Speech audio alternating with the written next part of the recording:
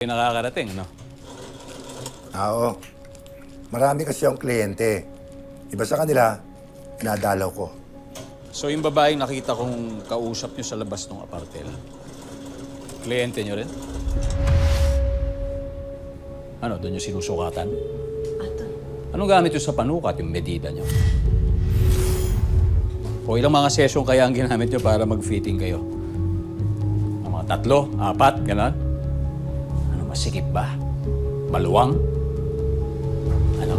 So ilan? 3, 4? Tama na! Bastos ka, ha? Mas bastos ka. Pagkatapos mo galawin yung babae niya, uuwi ka rito sa bahay para halikan, para yakapin ang nanay ko na para wala nangyari. Mas bastos ka. Alam mo, iniidolo kita nun eh.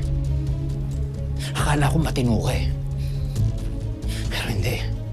Alam mo, grabe yung galit ko sa'yo. Pero kahit anong gawin ko, hindi ka mawala sa isip ko. Ano sasabihin ko sana sa kanya eh? Ano sasabihin ko sana kay nanay eh? Susumbong sana kita eh. Pero para saan pa? Para lalo sumama loob niya? Para baka mamatay sa dahil sama ng loob? Dahil ginago mo siya? Tama na! Mahal ko, nanay mo! Tama na! Asawa ko. Siya lang ang babaeng minahal ko. Siya lang! Tama na!